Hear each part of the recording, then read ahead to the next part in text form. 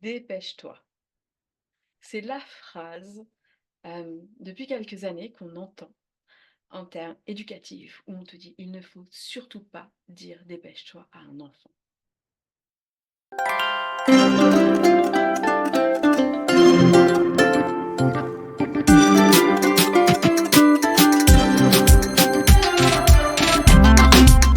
Je m'appelle Delphine Morat et je suis exploratrice en voyage intérieur.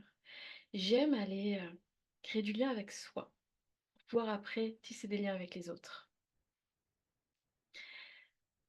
Donc cette fameuse phrase «dépêche-toi», qui est décriée ces dernières années, hem, comme tout ce qui est, interdit ou «il faut que», c'est toujours des injonctions pour lesquelles j'ai beaucoup, beaucoup, beaucoup de mal au quotidien. Hem, Parce que moi j'aime bien bouger.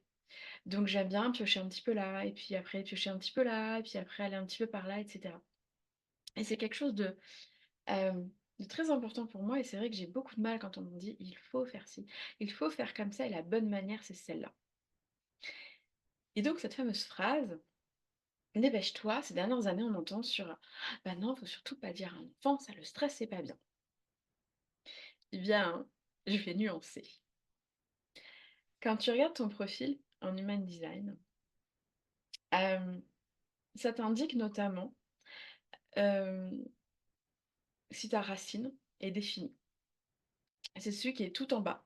Bien sûr, je n'ai pas prévu de graphe sous la main.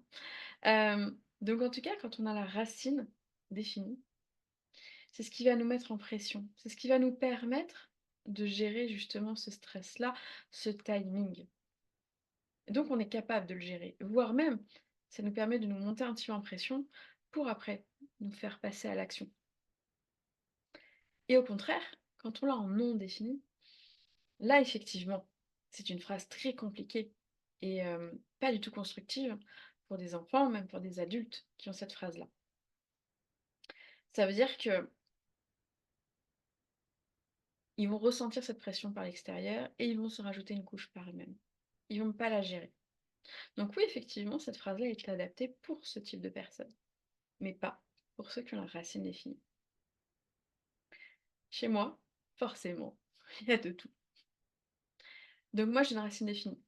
Moi, j'ai cette gestion du stress, gestion du timing, gestion du tempo qui me permet d'être hyper organisée, d'avoir cette vue d'ensemble, les rétro-plannings, et cetera. C'est quelque chose que je gère très bien.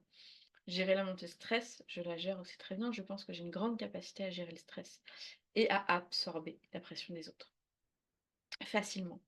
Mais je peux aussi la mettre à d'autres. Et avant, c'est ce que je faisais. J'habite avec un homme qui a une racine non définie. Et dès que je lui parlais de timing, d'horaire, de date butoir, je le mettais en PLS. Donc c'est quelque chose, que j'ai appris, dire: «Ouh là, lui il va avoir son propre tempo. Il va avoir une autre manière de faire». Et pareil pour mes enfants. Mes 2 fils aînés, j'en ai un qui a la racine définie et l'autre qui a la racine non définie. Et tout à l'heure, on m'a demandé justement: «Ah mais tiens, comment on fait quand on a 2 enfants, un qui l'a, l'autre qui l'a pas? On leur parle pareil?» Eh bien oui et non. Oui, ils entendent que c'est l'heure, oui, ils entendent qu'on doit y aller, et cetera, et cetera, et cetera. Mais, comme tout, on va pas parler de la même manière à un enfant de 3 ans qu'un enfant de 15.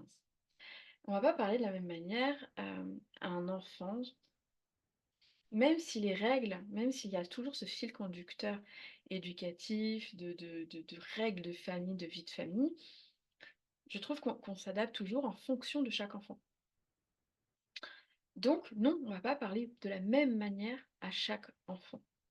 Même si c'est pour arriver à une forme de résultat identique ou d'attente identique, ou dans un but identique, on va pas l'amener de la même manière.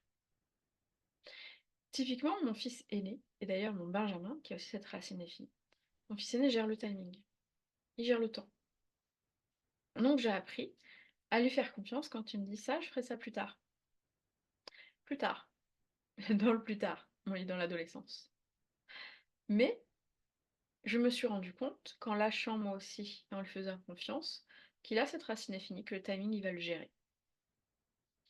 Il va le gérer quand ce sera le moment pour lui, parce que effectivement, c'est quelqu'un qui potentiellement, à la dernière minute, va, tout faire à la dernière minute, mais va terminer dans les temps.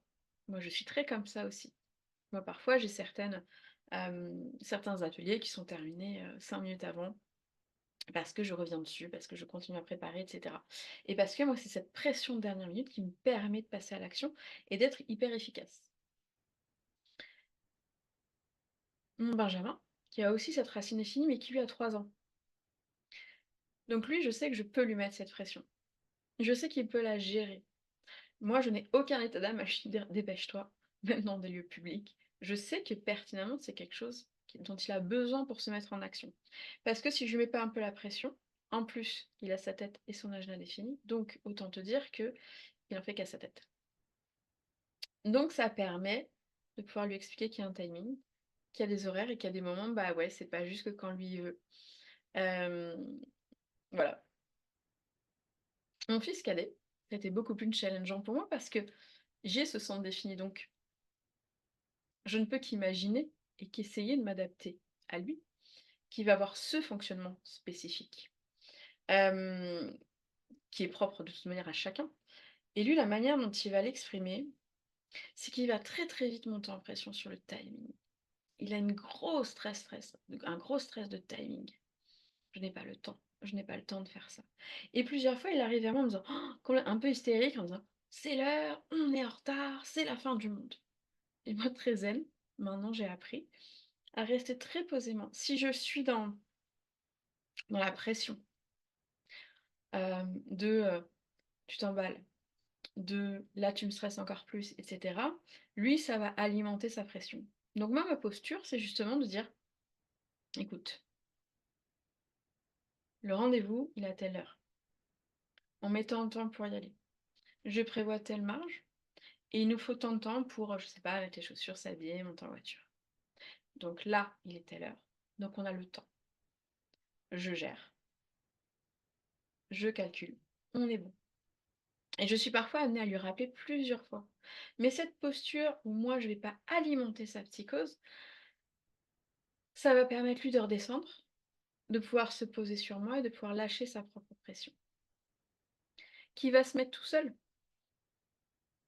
et qui va, alimenter tout seul. Mais que moi aussi, je peux lui mettre, même de manière inconsciente. Donc lui, typiquement, je lui dis pas: «Fais ça maintenant». Je vais encore plus, lui dire: «Écoute, en temps de temps, ça, il faudrait que ce soit fait. Ça, j'attends ça de toi. Ça, voilà». Parce qu'il va avoir sa propre gestion du timing. Ce n'est pas pour autant qu'il ne passera jamais à l'action. C'est juste qu'il va passer à l'action quand ce sera le moment pour lui. Et c'est assez, général. Donc si je le frustre trop, si je le, braque, ça envenime la situation. Donc là, ça permet vraiment de s'adapter, à chaque enfant, en rajoutant des informations supplémentaires à ce qu'on sait d'eux. Parce qu'en tant que parent, on connaît nos enfants.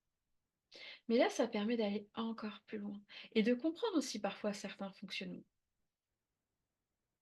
Moi, sans l'human design, je me serais dit: «Il me saoule». Enfin, voilà. Pourquoi est-ce que lui, il réagit comme ça? Pourquoi est-ce que ça prend de telles proportions? Peut-être que j'aurais été tentée de lui raboyer dessus pour lui dire: «Eh oh stop, là tu me saoules». Hem, Parce que parfois lui-même, il me rajoute de la pression supplémentaire. Mais c'est trouver, prendre en compte que lui, c'est vraiment un stress, que c'est pas pour m'enquiquiner, que c'est pas une mauvaise gestion de ses émotions ou quoi que ce soit d'autre. C'est juste que lui, c'est sa manière là de fonctionner, c'est à moi de l'aider à, trouver ses propres solutions lui-même pour se lâcher la pression là-dessus. Voilà pour aujourd'hui. Si tu veux et que tu ne l'as pas, si tu le souhaites, abonne-toi en dessous, si tu ne l'es pas déjà, et je te dis à très bientôt!